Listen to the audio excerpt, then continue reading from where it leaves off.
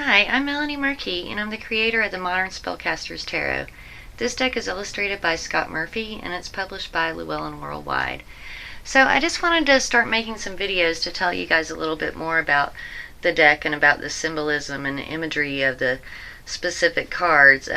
Today I just wanted to give you just a brief overview of some of the magical symbols that are in the deck. I made this deck because I use my tarot for magic as well as for divination, so I wanted a deck that would be equally powerful for both of those things. So I added different symbols to it to give it that extra layer of power and symbolism to help you both in your readings and to help give your spell work a little more of a punch. Also, in many other decks, I just wasn't seeing a lot of diversity as far as gender identification and sexual orientation and skin color. So I wanted a deck that was more representative of everybody, to have cards that anyone could relate to. So that was my inspiration for it. So one thing that I did to add more magic to the deck was to add animal symbols that correspond to the different suits. In the cups cards, for example, you'll see aquatic animals. The cups are equated with water and with things like love, imagination, abundance, fertility, and things that are also symbolized by the fish. So I've chosen aquatic animals to go with the cups. Can you see that? Am I doing that right? Okay. And see, since this is a cup, you'll also see that there's water featured here. So for cups, I chose aquatic animals like fish and also like turtles. There's a turtle, there's a two of cups. Can you see that little turtle down there? So for the pentacle suit, I chose dogs and squirrels. I feel like they're very, very earthy animals. Dogs are very protective. Pentacles often symbolize protection and things that make us feel safe. Things that mean home, that mean wealth, that mean the earth and nature. So that's why I chose squirrels and dogs. I feel like squirrels are very industrious. They're always gathering acorns and always busy and hustling, and pentacles are also about working and doing things like that. So I thought that was a good symbol for the earth and also working and abundance and wealth. And I felt like the dog was good for protection and the stability symbolized by the pentacles. So in all the pentacles cards, you'll see either a dog or a squirrel, or often both. So that's the queen. I know you can't really see these very good. You guys will have to forgive my poor video skills here. So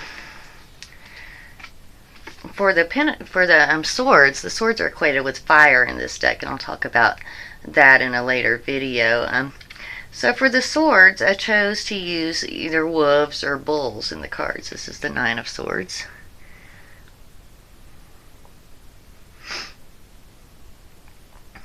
And I chose the wolves and bulls because I feel like wolves are very, very strong and powerful, as are bulls.